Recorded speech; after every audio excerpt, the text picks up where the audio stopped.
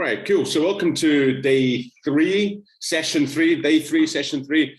And today's all going to be about fat loss traps. So this is week number two, day number three, week number three. So hopefully by the end of yesterday, so your first week, you will now have a weekly score. You'll have a score for your habit tracker. You've got 7 days. You've got roughly, I think it's 9 kind of sections, columns, rows. These are rows, aren't they? These are rows. 9 rows with the 7 columns. So 9 times 7 is 63. So you should ideally have either a cross or a tick in any one of those habits that you have been achieving. If you've not achieved it, then you leave it blank. It's fairly kind of simple. Add up all the ticks or the crosses. Give yourself a score out of 63. So say, what's half of that? 37. So 37, 36.5, 37, 36.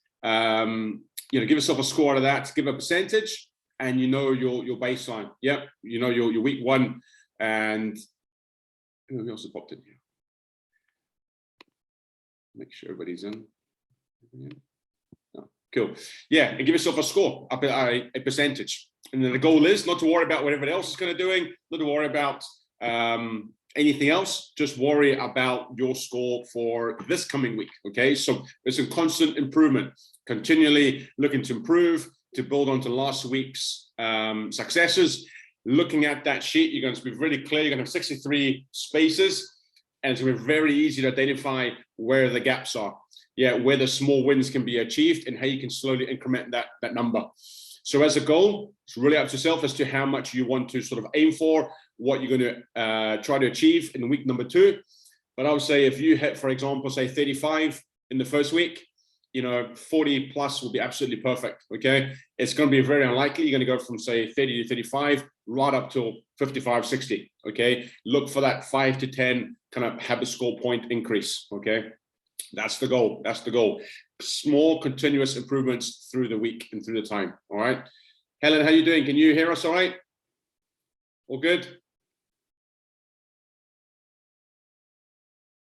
Maybe there's a delay. Helen, you hear us all right? All right, okay, cool. Perfect. All right. So, and that's it. So week 2, just continue building on those kind of habits. Through these kind of sessions, so the way that I've kind of constructed and kind of created the fat loss Kickstarter is that your weight loss and fat loss is going to be built around those the high protein, the calorie deficit. If you're going to implement one, the very small one, lots of fruit, lots of vegetables, and increasing steps, increasing kind of sleep. You can't hear me. Oh, okay, you can't hear me. Oh. Okay, let's see. All right, I'm not muted.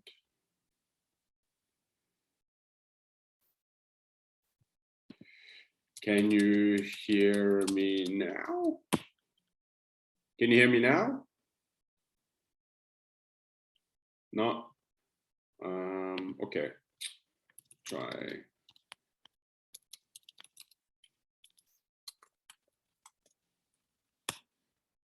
Not. Yeah, perfect. Okay, cool. Fingers crossed. Okay, fingers crossed. So where was it? Yeah, so that's where your fat loss is going to be achieved, okay, by a high protein, 2 grams per kilogram body weight, and then lots of fruit, lots of vegetables, that slight deficit if you choose to do so, more sleep, more kind of steps, okay? But we can't just run 21 days of me just battering down that same thing to you, ramming it down your throat. So the 21 days were made up of 6 coaching sessions to give you that knowledge, insight, empowerment, etc., right? To give you the stuff that is going to help you continue along that fat loss path and journey, give you that clarity as to how to fuel properly for your classes, okay? So how I create macros for my private clients and help you avoid the common faults or the common mistakes that we see in the fitness coach kind of demographic, okay? So avoiding the fat loss traps, avoiding the fat rebound, which is what generic society kind of leads us to. So you as a fitness professional who is at the front line of people wanting to change their body shape and their health, Okay, particularly January time, more and more people are coming back into the gym, into the classes. They're wanting to lose a few pounds, look lean and look healthy, and they will look to you as to that role model. So you can now give them a bit of guidance. You have a bit more knowledge, perhaps, about why restricted diets might not be so good, about keto, about fat, body fat spot reduction, etc. So all this kind of stuff now you'll be kind of armed with, and you can help serve them even better, out with the kind of classes, and just role model that fitness life even better. Okay, so it's all about that kind of value. Perfect. Okay, you can hear me, so that's cool. No need to type it. Good stuff, Helen. Good stuff. Okay, so yeah. Fat loss traps. Let's jump straight into week 2. Okay, that's been 5 minutes of a bit of a catch up and summary. So every session is meant to be 30 minutes, and we're taking 45 minutes for the first couple. So we'll see how we go. We'll try and make it less than 40 minutes this time, but certainly will definitely be longer than 30 minutes, no doubt, once I get ranting away about some of the stuff. All right, so fat loss myths, give me examples. So a couple of examples I got sent in was, Nikki had mentioned body fat spot reduction, okay, 100%, really good one. And the whole thing about clean eating, okay, what clean eating is. So body fat reduction is a huge myth, and people will sell things and sell perhaps gym programs or sell supplements that will, or even like wraps and gels, all that kind of shit about targeting the most problematic areas. Now, naturally, historically, women being, women with the genetics, body shape, the boobs and reproductive systems, etc., and the hips, structure, stuff like that. Okay, predominantly will carry a bit more body fat around that kind of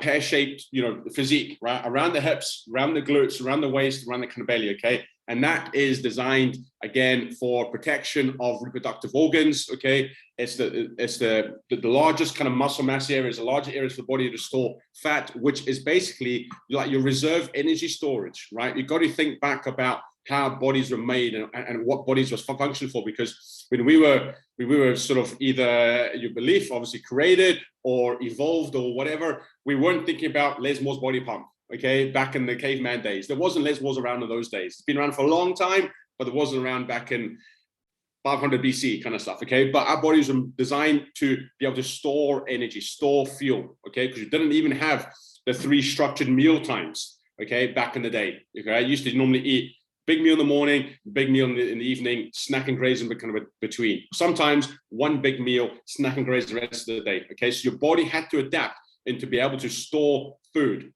either as glycogen through the means of carbs, having a lot of starchy carbs, or fats. Okay, so predominantly women do store fat more around those areas, which leads people to think we're going to body fat spot reduction on those areas, but it isn't the case. Your body does not have a signal to go and use a particular cited bit of body fat. Okay, your body will naturally want to give up the areas that it thinks is less important. Okay, and unfortunately, if you are female and a woman, then generally those would be the last places that your body wants to give up that body fat. It doesn't mean that we change our approach, and now it doesn't mean that a calorie deficit is now no longer use, and that we need to buy some magic gel or some other magic gizmo or something like that. We apply the same process. We do a bit more activity, we eat better, we apply the deficit, okay, and we stay consistent over time. All right, that's unfortunately quite boring, quite mundane, because we've been saying this for the last 10, 20, 30 years, but it's right as rain, as I say. Okay, the other one was clean eating. I'm going to try not to spend too much time on this one, but I mean, I totally get, I get why the clean eating word is kind of used. It's meant to sort of associate probably food quality, but it doesn't really. It creates a bit more, again, of the guilt, anxiety, disorder eating, orthorexia kind of line of society, because if it's clean, then it must be good. Okay, and then if it's processed, then it must be bad. But that's bullshit. Okay, because a lot of your vegan foods, which will be, a lot of people will say is meant to be healthy, are processed. Okay, so having something processed does not make it automatically bad. It just means that it's gone from a farm or gone from a field or whatever it is. So whether it's avocados in South America or whether it's cashews and almonds in Europe or wherever else, it's been processed to give you that end product in a nice rippable, bag or packet or punnet or whatever it may be. Okay, your whey protein, one of the sort of most beneficial, healthiest foods or supplements around is also processed. It's basically just filtered milk at the end of the day. Okay, so it's just cow milk, machines process whey protein or pea protein or soy protein. Okay, so it doesn't really kind of bind anything. And we always say, go back to this end result. When people say you need to eat clean to lose weight, then what happens when you stop losing weight? Do you eat clean foods, or do you eat less calories, i.e. smaller portions? Okay, and you know the answer, it's the smaller portions, less calories. Okay, so that's what drives weight loss, fat loss, etc. Not clean or nothing like that. If you're following for a long while, I'm a big advocate about food value, low, moderate, and high. Okay, so it's not just clean and processed, good and bad. There's a lot of scale.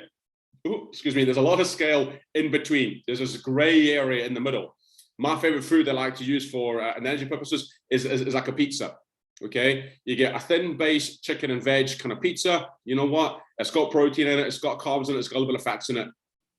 That's fine. It's not like a super high health food or nutrition density food, but it's certainly not worthless. Okay, and the food value literally runs off the amount of vitamins, protein, vitamins, minerals, and fiber that it has, right? So density, nutrition density, food value is what we're after, okay? As opposed to good or bad, all right? We'll leave that for another time. So hopefully that kind of rumbles a couple of them. Going to go through a quick couple more here that I've got down. I'm conscious of the time already. So good fats are okay, all right? So maybe 2-3 years ago, good fats were all the rage when keto came out, all that kind of stuff. But good fats or bad fats, irrelevant. They're still 9 calories per gram. Okay, so they still have calories. So chucking lots of coconut oil in or being just like olive oil all over the show, we still need to be mindful that those fats, good or bad, have are calorie, okay? Calorific rather. Keto was fine. So again, keto, what was one of the more kind of recent sort of trendy diets everybody kind of wanted to do, and people were hashtagging, keto when they ate like the most obvious one is like scrambled eggs and avocado, keto, whatever else, okay? And that's not a keto meal. That is just, a high protein, high fat meal, whatever else. So things back on the keto, the ketogenic diet, predominantly used by nutritionists, dietitians, working with sedentary individuals who are grossly overweight, okay? And I mean like severely, very obese to severely overweight individuals, okay? It is not no carb, it's low carb, and the percentage is worked off the lean muscle mass that they have and their body weight. So you or I just going along going, I'm no carb, let's go keto, protein fats, okay? That again is the wrong line of thinking. That is inaccurate. And it's also not even high protein, it's moderate protein, it's high fats, but low kind of carbs, okay? So there's so many myths around that people will think they're now burning fat because they've had keto. But guess what? Mr. Bio Lane, okay, so Lane Norton, Dr. Lane Norton, we're following for ages, okay? He puts us across really, really kind of well. And he's somebody that you should definitely follow if you're not following him already, as well as his wife, Holly Baxter. So what was I going to say? So if your primary fuel source is fats, right? Then guess what fuel you're going to be using predominantly of the time? Fats, right? So fat usage does not equate to fat loss.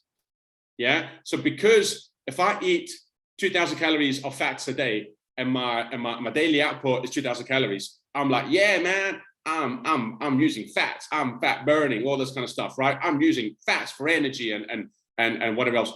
Yeah, no shit, because the only fuel you've taken on board is fats. So the only fuel you can use is fucking fats. Okay, you kind of get it, yeah. So it's like putting diesel into a car and going, that's a diesel burning car, by the way. It's like, well, no shit, you put diesel into it. Okay, so you know what I mean. Hopefully that kind of makes sense. It doesn't mean that you're now in fat loss doesn't mean that you're in a deficit, doesn't mean anything like that, that you're, you know, oxidizing fat. It just means that you're using fat as energy. Well, yeah, because you've taken on board and fat is an energy source. So of course, okay. So there's so many myths around kind of keto, you know, as a standalone diet, sure, it works, but it's designed and created for a very certain individual demographic. For fitness instructors, it's not really a great idea, okay? The other thing is, it takes, depending on the person, at least 2 to 3 days to become ketogenic, all right? It needs constant monitoring of kind of like blood samples to make sure that the amount of ketones in the body is now adequate for you to be ketogenic. It doesn't happen in one day or one meal, all right? So you don't really know if you are ketogenic. You're just making life harder for yourself, and you're eating a lot more fatty foods. I just don't really see the win, you know? So anyway, I've not even gone to the big one yet about insulin, right? So carbs drive insulin, which stores your food as fat, all right? And that is the kind of the mantra or the chat line, yeah? Don't have carbs because it spikes insulin, and insulin stores food as fat, okay? So take a big breath, right? So there's two hormones that work together, all right? And this is where, again, not to sound like an arrogant ass, but having a bit of, you know, knowledge or education or whatever it is about it, understanding physiology, biology, hormones in the body, and not just reading something off of like a meme or whatever else, you know, and just thinking, believing that verbatim without challenging it, without seeking advice, or just asking a couple of questions about it, all that stuff, you know. So there's a hormone called glucagon and a hormone called insulin. They work in tandem. They're a tag team. They're a perfect pair. Okay, one's yang, one's yang. They work together. Now, insulin is a storage hormone. It absolutely is, right? Now, the myth is that only carbs spike insulin, okay? But insulin's released when you eat any food, okay?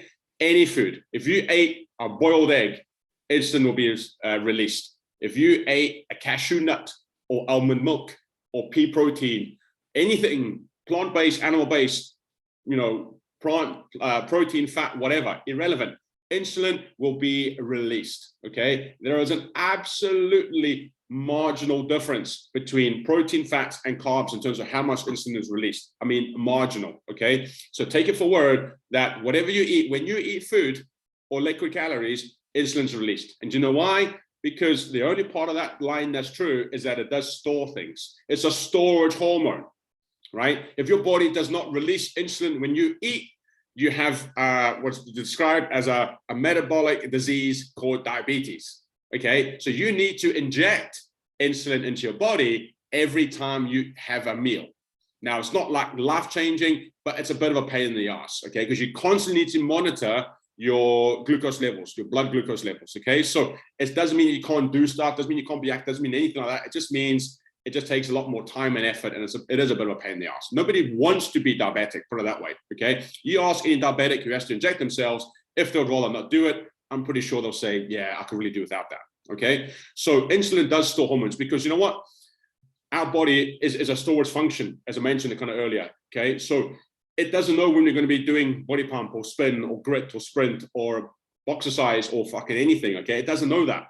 So when we eat food, say we eat 500 calories, all right? The body's really clever. It goes, right, what are we doing, right? Well, the heart rate is like 60 beats a minute. We're currently sitting on our ass, or we're walking to work or something like that. So we don't need all this energy. We don't need this energy in our bloodstream running around. So what we can do with this is we either store it as muscle glycogen into our muscles, or we can store it into our fat tissues. Both of these are ideal storage, keep it for later avenues, yeah? So, because we don't need 500 calories to sit on our ass or drive to work, right? Then when you get to class and you get to the gym at 9:30 and you get all the weights out, or you get the music on and stuff like that, you start doing the warm up and a couple of punches, a couple of squats, whatever, you know what? The body's like, hey, guess what, motherfuckers, guess what? We now need energy, okay? So because you're not eating while you're exercising, yeah, guess where you get the energy from? From that storage bank that you've just sort of topped up, that you've just used, right? So depending on the energy requirements, depending on the intensity, the heart rate, etc., you're going to start releasing fatty acids out of your fat cells, and you're going to start breaking down muscle glycogen into glucose. And that's where the other hormone, not insulin, the glucagon hormone, comes into play, because that's the one that triggers that process to unpack and unravel muscle glycogen into glucose. And once it goes from glucose, then it comes into ATP, okay? Energy currency for your muscle cells. Just like the fatty acids, you release the fatty acid from the fat cells, it gets formed into ATP, okay? So the end product is ATP, one energy system transport coming through glucose route, and one coming through fatty acids route. You remember about the car and the train analogy, I think that I used, okay? One gets there faster, but less, one gets there slower, but more. Again, depending on your heart rate and your intensity will depend which one you predominantly use.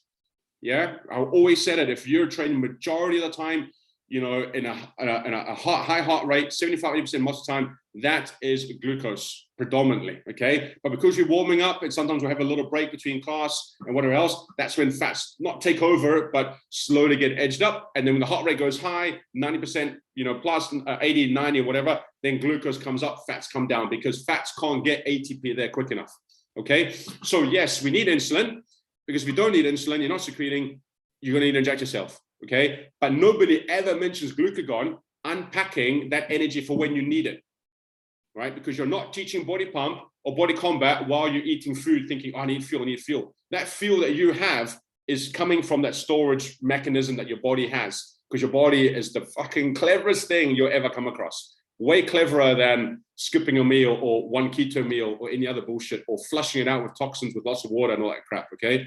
So do not fear insulin, essentially, all right? Because screening insulin, you're in a good place, okay? You're in a good place. Yeah, I think I've done that one to death enough. Cool. You need detox to flush out the toxins. Yeah, if you've got toxins in your body, you're no doubt toxic, and you will be in hospital, hooked up to a couple of IV drips and stuff like that. So you don't need to flush out toxins or anything like that, right? Within the cells as well, without getting too kind of in depth, there's a lot of chemical reactions between positive and negative ions going before it, okay? And potassium and sodium, again, are electrically charged. So to kind of move water, to move things around within the body, you need a good balance of those electrolytes, okay? Because your body is kind of electrically charged a little bit, all right?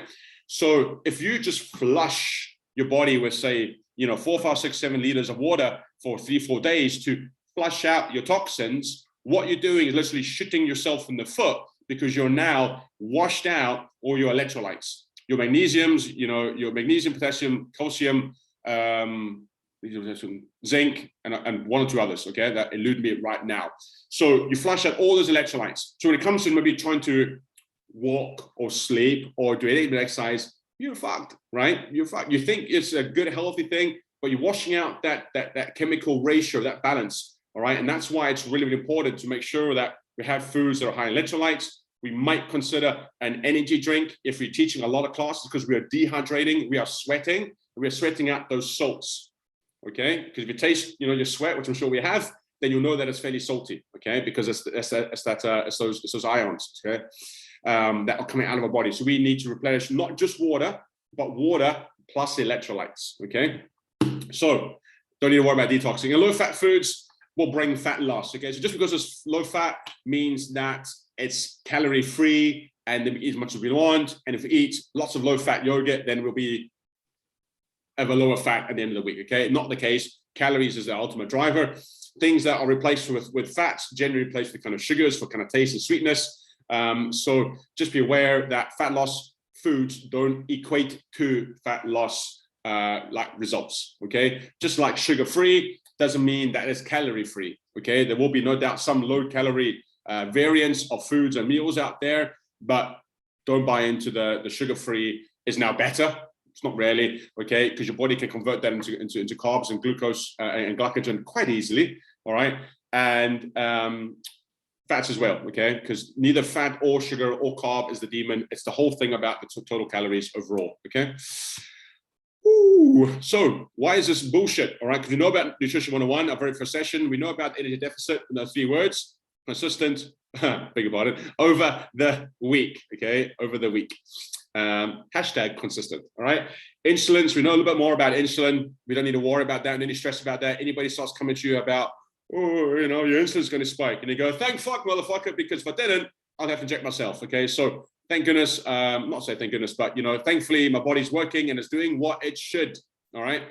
Fat-free, low-fat foods, we know about that as well. Cool. But for most part, we kind of know that. All right. And this slide is just to highlight the clever marketing and how emotive versus logical marketing and kind of propaganda and that belief, you know, because we're not logical creatures. Okay, we buy certain products, brands, etc., because of the emotive feel, i.e., how it makes us feel. Okay, you can have the argument about Apple and Samsung if you wish. You can have the argument about Nike versus Reebok if you wish. You can have the argument about MAC makeup versus L'Oreal or something. I don't know, whatever. Okay, you can. There's, you know, we are kind of brand driven. Some of us may be very brand driven, depending on our level of, you know, when you buy nice, pretty stuff that you might not need and stuff like that, you know, materialistic means. Okay, so everybody is on a scale of materialism, if that's a word, between 0 and 10. Some people really couldn't give a shit. Okay, but some people, you know, it is really important to them. Okay, it's no right or wrong. That's just the way that we are, and that's perfectly fine. Okay, so some people will be really driven by that, and some people will not be. However, we are emotive creatures. We're not logical creatures. So if we are logical creatures, we'd all be driving the same car. We'd all go to the same holidays. We'd all wear the same color t-shirt, the same clothes, and same shoes, and same everything. But we're not. Okay, so this is where the clever kind of marketing comes into it, where they will put up a really pretty kind of picture or something. They will just tell you what you kind of need to kind of hear or kind of see, and they will avoid all the science. They'll avoid all the facts, all the kind of data, right? And just kind of literally sell you a wish, sell you a dream. Okay, if it's too good to be true, then, you know, it probably is. Okay, they don't talk about the science or what's behind it, or, you know, the issues or anything like that. It's just really kind of simple. You know, all the kind of supplement companies do it as well. You know, Herbalife have done it, Elevera have done it, the C9 thing, the Huel thing. You know, they're all pretty much, you know, at it. It's the same thing, same marketing stuff, the pretty colors, blah blah blah blah. But, you know, we don't buy into the logic. We buy into that emotive kind of feeling. Okay, so of a personal kind of thing, when I started nutrition coaching 6-7 years ago, I was very much about performance recovery. Okay, about athletic nutrition, and about feeding yourself correctly, and about how much, you know, 3 to 6 grams of carbs or whatever it may be, and all this kind of stuff, you know, and how many milligrams of creatine you should have, whatever. And nobody was like, fuck, mate, bore off. You know, it was boring. Nobody wants to know about the facts. I was citing research papers from PubMed, and I was talking about this, and I signed up to a medicine journal to get the up to date, you know, kind of research. Nobody was opening those emails. Nobody was bothered by that stuff, because it's like, whatever, mate, whatever. But talk about, you know, looking back in the mirror, talk about how you feel, the energy between classes, authentic role models and stuff like that, you know, stuff that fitness instructors have said in conversations and on social media. That's the stuff that kind of gets attention. Okay, so I learned the long way kind of around, again, going from kind of a logical, you know, point of view to thinking, actually, this is what is going to get people's attention. So be aware of it. That's what I'm saying. Okay, be aware of it. Body weight and versus body shape. So really touch on, obviously we're going to about half an hour, so I'm trying to touch on this too much, but this is something very important to kind of take away with you. So let's quickly list the things that make up your body weight. So I'll give you a couple of seconds while I have a sip of my coffee. Think of everything that encompasses your scale body weight, right? Go for it.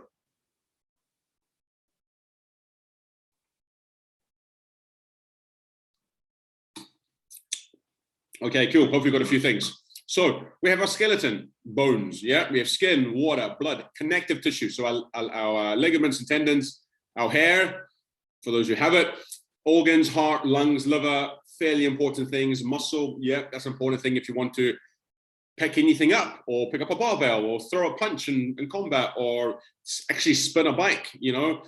Brain, yeah, pretty important. And body fat, believe it or not, very, very important as well, okay? So, all very important things, shall we say. Now, the one thing that predominantly you and I probably really worry about when it comes to nutrition, fitness, etc., is probably, you know, body fat and or maybe muscle, you know, that relationship between muscle and fat. If we are on the fat loss Kickstarter, I'm going to hazard a guess that your main concern is about dropping body fat, i.e. being more toned. Yep. So, but we have 9 other things here that take up, you know, our body weight, okay? So what's the point of this slide, Timothy, you may ask? So simply, body shape is your body composition. You used to talk about the word body composition, but nobody really understood it. So just really simplified it. Body shape. It's the shape of your body. All right. The amount of fat and muscle on top of your skeleton. So perhaps go back to, grade, I don't know, maybe 10 or 9 biology. And hopefully you remember the skeleton and then all the organs on top. So, your lungs sit here, stomach sits here, kidneys at the back, all that kind of stuff. That's your basic premise everybody has. Okay. Then what gives you your shape is the amount of muscle tissue you have, the amount of body fat tissue you have. Okay. Those are 2 things that give you your shape and how kind of toned you may look. All right. So it's the shit that really matters, i.e. that percentage of lean muscle tissue to body fat. All right. And we want to look lean and athletic. So I generally use those terms. Lean because it aligns with that kind of tone word. I try not to use tone too much. Okay. I know we all know what it means, but it's a very polite and soft way to kind of talk about shape. So lean and or tone, and athletic, because predominantly from what I know and being in the fitness business, we're not trying to maybe build muscle by any means, but we want to be energetic. We want to be an authentic fitness role model. We want to be full of energy. We want to look good, and when you put in your leggings and your top, you want to just look in the mirror and go, oh, that's a nice shape. It's healthy. Yeah, it's vibrant. It's just a strong, lean, healthy body shape, and physiques. So touching on these next 2 slides, just highlighting body weight versus body shape. Okay. So yes, body weight and fat loss, weight loss is all important. However, this is Nicole. In 6 months, she went from averaging 1520 from a food diary to 1980. Okay. So that's literally 25%. That's a good 20 to 25% increase in her calories that she was eating on a daily basis. Her body weight maintained. She stayed at 72 kilograms. All right. But her body shape, I'm sure you would agree, drastically changed and or transformed, if you wish. Okay. So from the picture on the left there, okay, soft but cuddly, carrying an extra couple of pounds, it will have seemed just been not bad by any means, but at the time she wasn't overly happy with her kind of shape, wanted to kind of lean out a little bit and just tone up and just feel a bit more energetic in the classes. So over the 6 months, body weight stayed the same. She's still 72 kilograms. Okay. But you obviously can tell on the picture on the kind of right, a little bit of definition, not too much definition, but a bit of definition in her abs. Thighs kind of leaned out a little bit and just really, really happy. Okay. The comments that she was coming back with, classes, fantastic, lots of energy, loving life, eating more food, looking better, looking leaner, more confident, having to buy new clothes, just loving life. Okay. But if she just went on a body weight as a key indicator, you would think that she'd be like, man, what's up with this? Like 6 months working with you and I'm still the same weight. What the fuck? Okay. But it's that body shape, it's the energy, it's the mood, it's the confidence, it's the dress size, everything else that goes along with it. Okay. With it. Next up, Leslie. All right. Off the back of pregnancy with a weird kind of boy, managed to lose a lot of weight by herself and ended up just kind of getting a little bit stuck. Okay. Wasn't liking the kind of lack of athletic shape that your body had. She's still carrying a few pounds, just wanting to get back into that pre-baby kind of shape and that energy, et cetera, and that kind of confidence, more than anything. So just in 3 months, bear in mind, her numbers might be a little bit kind of lower because even kind of weight, because Leslie's really, really petite, really, really short, really kind of slim framed. Okay. Very petite frame. So 1310 up to 1480. So again, a considerable increase there of nearly 200 calories just in 3 months.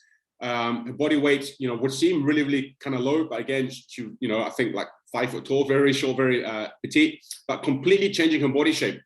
Okay. From a bit more definition, just a bit more, less body fat across her kind of back, legs are leaned out, glutes totally kind of changed because there's a bit of kind of training going in there as well. All right. So, great changes, but again, her body weight stayed the exact same. So thankfully, we don't only just look at body weight, although it is a big consideration for a lot of us. It's a first go-to, but there's always more beneath that surface. Okay. So by all means, keep weighing yourself if you wish. You want to look for a few pounds, if there are a few pounds to lose, 100%.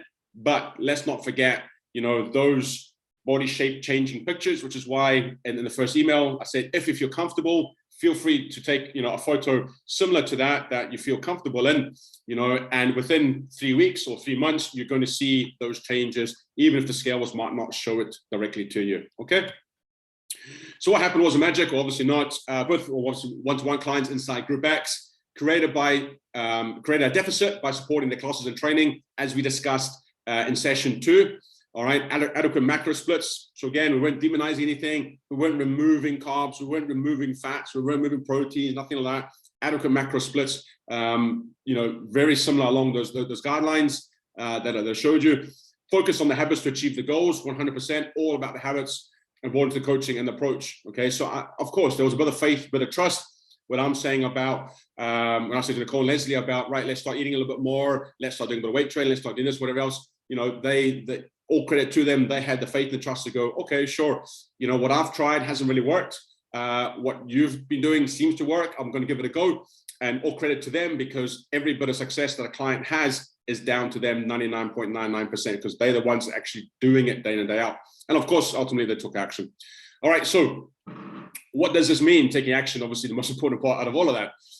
Using the 6 KPIs, okay, that I focus on through check-ins, through discussions, through conversations, and for yourselves will be much of the same thing as you go through this week, week 2, and week 3, and hopefully moving on forwards. Body weight, yeah, we can use it, but we just got to be aware of it, yeah. Energy, so you'll know more than anybody else as you're going through your classes, as your recovery, your next morning class, your evening class, how you're feeling at nighttime when you come back in from work at 9 o'clock, etc. Or when you're starting that 3rd or 4th class at 8 o'clock at night, how is it warm up feeling?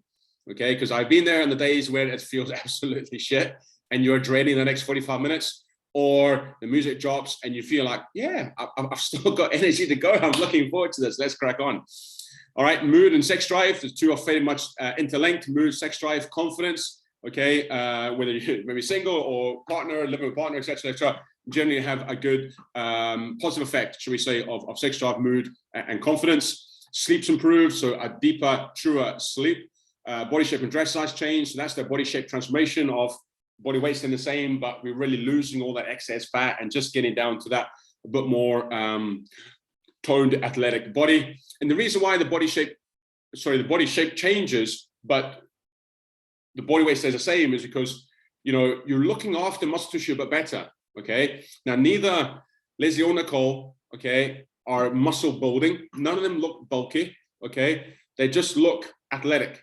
All right, they look fairly like lean, so there's a relatively low bit of body fat. Body fat's come down a wee touch, but they're not muscle building because they don't have that much testosterone. They're not training in that sphere anyway. All right, so but they're preserving it more, so that muscle tissue is, I'm going to say a bit fuller, a bit firmer, a bit more well preserved, and a bit more maintained. That counteracts, that puts more into the body. You're fueling up more, so if you're eating more, then you're going to have more substrate in the body. If you're hydrating yourself more, you're going to have more water. Water weighs weight, right? So just because you've got a bit more food and a bit more water and maintaining your muscle tissue, that is going to counterbalance perhaps some of that body fat that you've lost. And that way you can have that net body weight number, because you've lost, say, 6 pounds of fat, but you've increased 6 pounds through your whole weight by just eating more food, having more water, and looking after your muscle tissue. Being more, not say anabolic as in a growth state, but being less catabolic. Okay, so hence why your energy, your mood, your strength, your energy in class and your recovery is much better, because you're looking after that pressure muscle tissue much, much, much better. Okay, you're not just putting it under strain every time you go teach a class.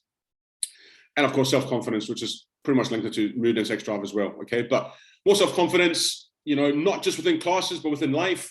Walking through anywhere, a catch up with a friend, a coffee, family, whatever else, and you walk into the room a bit more tall, a bit more confident, you've got that clarity about you. Life is just so much kind of better.